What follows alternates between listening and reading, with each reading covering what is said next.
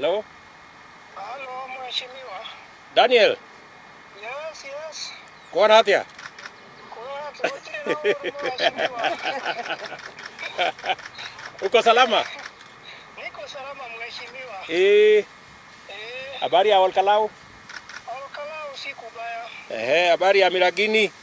Miragini no kwega. Okay. Sasa nimeambiwa hukupata nafasi kunitembelea, lakini nimekutana na hawa watoto wako. Huyu James na Teresia hapa. Na Teresia.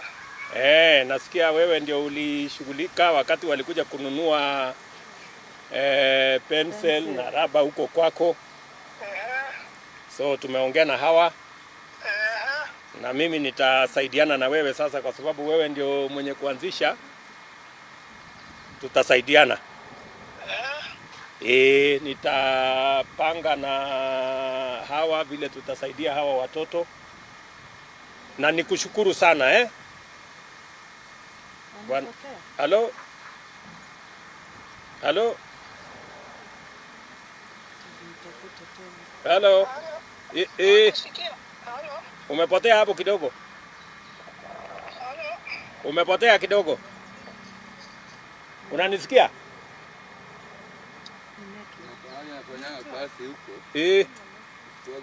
Network iko chini Ngoja tumpige tena.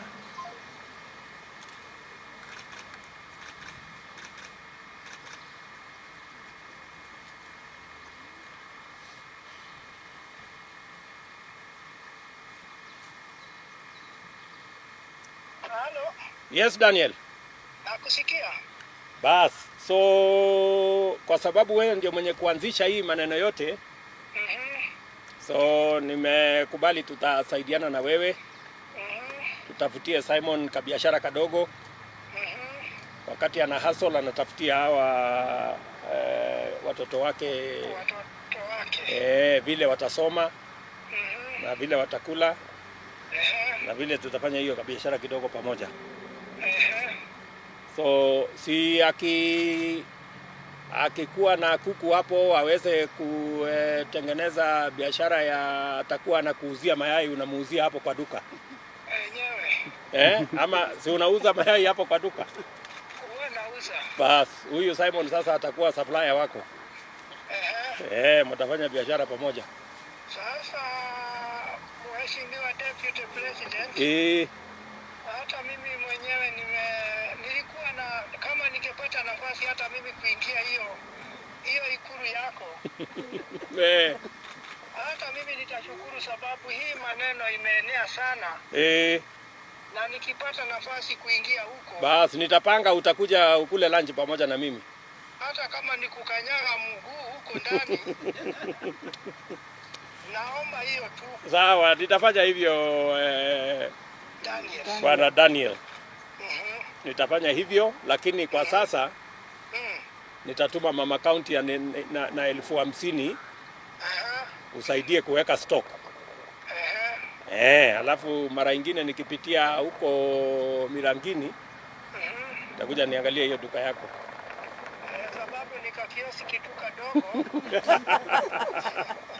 Hapo ndio mahali maisha inaanzia bwana. Hata mimi wewe heri huko na kioski. Mimi nilikuwa nauza tu barabarani. Hata mimi nimejua tu hiyo story yako yote. Ya hasira. So hapo ndio maisha unaanzia, alafu hiyo kioski yako itakuja kuwa duka, usijali. Na baadaye utatengeneza supermarket, usijali. Maisha ni namna hiyo.